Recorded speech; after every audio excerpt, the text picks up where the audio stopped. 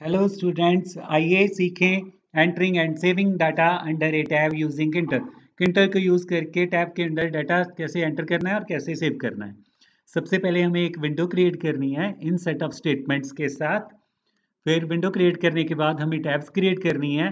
Tabs create करने के लिए tab holder equal to T K dot notebook round bracket window से start करके हमें tab holder dot pack round bracket expand तक की स्टेटमेंट्स लिखनी है। और ये हमारे पास विंडो के अंदर टैब्स क्रिएट होके आएंगी। तो विंडो क्रिएट करने का टॉपिक और टैब्स क्रिएट करने के टॉपिक पे हम पहले वीडियो दे चुके हैं। प्लीज़ आप उन वीडियोस को ज़रूर सुनें और टॉपिक अच्छे से क्लियर करें। और टैब्स क्रिएट करने के बाद हमें टेक्स्ट बॉक्स बनाना है, लेबल बनाना है। ये विजेट्स कहलाते हैं। टेक्स्ट बॉक्स और लेबल ये क्या है? ये हमारे विंडो के विजेट्स हैं।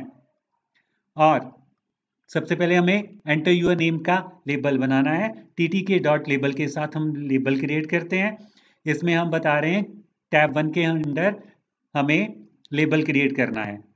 लेबल हमेशा हमें जो हमने देना है वो टेक्स्ट इक्वल टू के बाद सिंगल कोट में लिखना है। और name message dot place command क्या करेगी? हमारे बताए हुए लेबल को 80th कॉलम पे जाके क्रिएट करेगी। इसी तरह टीटी के डॉट एंट्री कमांड क्या करेगी? बॉक्स क्रिएट करेगी और बॉक्स को 200 कॉलम पे क्रिएट करेगी। तो ये हमने एक बॉक्स क्रिएट किया, एक लेबल क्रिएट किया। इसी तरह हम रोल नंबर का लेबल और रोल नंबर के लिए बॉक्स क्रिएट करेंगे। और फिर इसके बाद हम एंटर किए हुए डाटा को एक अलग विंडो में देखना चाहते हैं, डिस्प्ले टैब के अंदर। और टेबल की लुक में डाटा हम देखना चाहते हैं। तो यहाँ पे हम ट्री व्यू इस्तेमाल करेंगे। ट्री व्यू कमांड को टेबल क्रिएट करने के लिए इस्तेमाल करेंगे, जो कि हमें रिकॉर्ड एंटर किए हुए दिखाएगी। तो यहाँ पे टी के tree equal to T K dot tree view command हमें लिखनी है टेबल क्रिएट करने के लिए। और साथ में हम टैब 2 लिख रहे हैं। टैब 2 के अंदर ये टेबल क्रिएट होगा। फिर कॉलम इक्वल टू #1 कॉमा #2 हमने लिखा है, क्योंकि हम 2 कॉलम क्रिएट करेंगे। 2 कॉलम के लिए हमें नंबरिंग देनी होगी। नंबरिंग हमारी हमेशा 1 से स्टार्ट होगी। और फिर हमें हेडिंग देने हैं। हेडिंग हम जो हेडिंग चाहते हैं ट्री डॉट हेडिंग कमांड के साथ नंबर #1 नंबरिंग देके नंबरिंग 1 के लिए कौन सा लेबल हमें देना है? रोल नंबर का हेडिंग देना है। और #2 के लिए हमें नेम का हेडिंग देना है। और इस तरह से 2 हेडिंग हमारे टेबल में अपीयर होने लगेंगे। नेक्स्ट स्टेटमेंट हमने लिखनी है ट्री डॉट कॉलम। ये स्टेटमेंट हमें क्यों लिखनी है? क्योंकि जब हम टेबल क्रिएट करते हैं ट्री व्यू के साथ, तो ऑटोमेटिकली एक 0 कॉलम क्रिएट होता है। वो हम देखना नहीं चाहते, तो इसलिए वो हमें हाइड करना है। तो tree dot column has 0 comma stretch equal to no comma width equal to 0 के साथ आप इसको इनविजिबल करोगे। ये स्टेटमेंट आपको ज़रूर लिखनी है। और इसके बाद आप ट्री डॉट ग्रिड कमांड लिखोगे। इससे ये वाइट एरिया जो आप देख रहे हो, डाटा का एरिया, हमारे द्वारा एंटर किया हुआ डाटा इस वाइट एरिया में अपीयर होगा। अभी tree view equal to tree ये कमांड हमें लिखनी होगी अपना टेबल क्रिएट करने के लिए। तो यहाँ पे #1 और #2 क्या है? अब जितने आपने कॉलम देने हैं उसकी नंबरिंग है। आई होप कि आपको अच्छे से समझ आया होगा। तो नेक्स्ट हम एक फंक्शन लिख रहे हैं जो डाटा सेव करने का काम करेगा। तो ये फंक्शन DEF सेविंग एक फंक्शन का नाम है। ये फंक्शन क्या करेगा? रोल नंबर बॉक्स में से डाटा लेगा और उसको ए वेरिएबल में रखेगा। RNO बॉक्स क्या है? बॉक्स का नाम है रोल नंबर के। RNO box dot gate command क्या करेगी?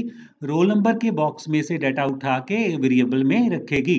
इसी तरह name box dot gate command क्या करेगी? ये नेम बॉक्स में वाले टेक्स्ट बॉक्स में से डाटा उठा के बी में रखेगी। और इसके बाद हम डाटा डिक्शनरी क्रिएट कर रहे हैं। डाटा डिक्शनरी में हम क्या कर रहे हैं? जो डाटा हमने एंटर किया हुआ है ए वेरिएबल में रखा है, उस डाटा को डिक्शनरी में रखेगी। ए का डाटा नेम के अंदर जाएगा, बी का डाटा रोल नंबर के अंदर जाएगा डाटा डिक्शनरी में।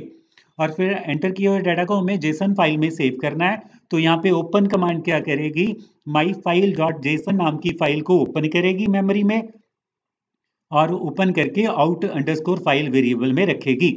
और जेसन डॉट डंप कमांड क्या करेगी, जो डाटा हमारा वेरिएबल में और डाटा डिक्शनरी में रखा हुआ है उसको आउट अंडरस्कोर फाइल के अंडर सेव करेगी।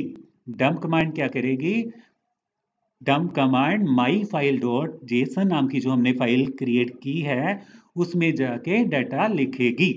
तो इससे जेसन फाइल में डाटा चला जाएगा। और हमें एंटर किया हुआ डाटा, जो डाटा एंटर कर रहे हैं उसको हमने टेबल में देखना है, ट्री व्यू में देखना है। तो tree view dot insert command क्या करेगी, यहाँ पे रोल नंबर बॉक्स का एंटर किया हुआ डाटा, नेम बॉक्स का एंटर किया हुआ डाटा टेबल में दिखाएगी, ट्री में भी दिखाएगी साथ में।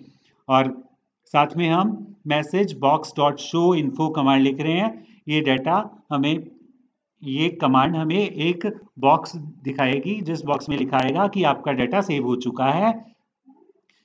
हमें कंफर्मेशन बॉक्स ये दिखाएगी। यहाँ पे I equal to I plus 1 लिखा हुआ है, ये आपको लिखने की जरूरत नहीं है। तो आपने एक फंक्शन लिखा है जो आपका डाटा सेव करेगा। ये फंक्शन क्या करेगा, ये बॉक्स का डाटा वेरिएबल में रखेगा, फिर वेरिएबलों में रखा हुआ डाटा डिक्शनरी में रखेगा, फिर डिक्शनरी का डाटा जेसन की फाइल में सेव करेगा और साथ में ट्री में भी दिखाएगा। और फिर हमें कंफर्मेशन बॉक्स में मैसेज दिखाएगा कि आपका डाटा सेव हो चुका है। ये फंक्शन चलाने के लिए हमें बटन क्रिएट करना होगा। Button ttk dot button command क्या करेगी, एक बटन क्रिएट करेगी। और यहाँ पे हम कमांड इक्वल टू सेविंग लिख रहे हैं। सेविंग क्या है, हमारे फंक्शन का नाम। तो लास्ट में कमांड इक्वल टू सेविंग क्या करेगी, ये सेविंग के नाम के फंक्शन को चलाएगी जब हम बटन को क्लिक करेंगे। तो ttk डॉट बटन क्या करेगी, ttk डॉट बटन कमांड एक बटन भी क्रिएट करेगी, और जब इस बटन पे कोई क्लिक करेगा उस क्लिक करने पे सेविंग नाम के फंक्शन को चलाएगी और सेविंग फंक्शन फिर अपना कार्य करेगा। और बटन डॉट प्लेस तो आपको पता है कि ये बटन कहाँ पे स्क्रीन पे आएगा, 200 कॉलम पे 80th लाइन पे बटन बना हुआ हमें दिखाई देगा। कुछ इस तरह से आप डाटा एंटर करोगे एंट्री स्क्रीन में और सेव करोगे, और फिर ट्री व्यू में टेबल में हमें एंटर किया हुआ डाटा दिखाई देगा। आई होप कि आपको ये टॉपिक अच्छे से समझ आया होगा। सो आज के सेशन में इतना ही। सेशन को एंड करते हुए मिलते हैं नेक्स्ट सेशन में। Till then have a nice time. Thank you.